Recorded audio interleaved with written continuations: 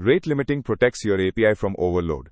In this video, you will learn how the token bucket algorithm works, how to implement it atomically in Redis, and exactly what to look for when reviewing a pull request that uses it. Think of the bucket as a jar of coins.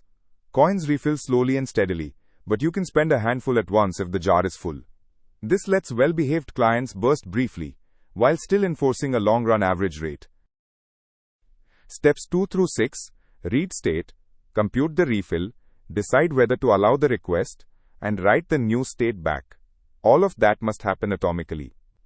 A Lua script running on Redis executes as a single command, so no other client can interleave between the read and the write.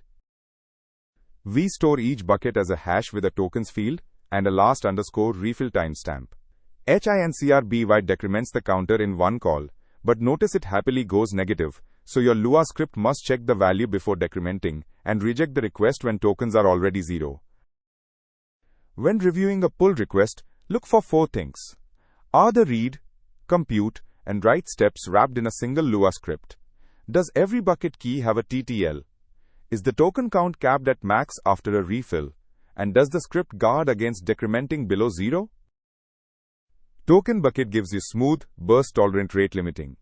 The 3 rules to remember: use Lua for atomicity, set a TTL, and never let tokens go negative.